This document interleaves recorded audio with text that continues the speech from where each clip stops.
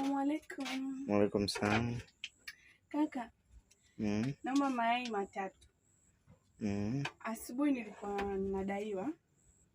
Ndio. Nilichukua chumvi, nikachukua na soda na vitu vingine. Ila hapo.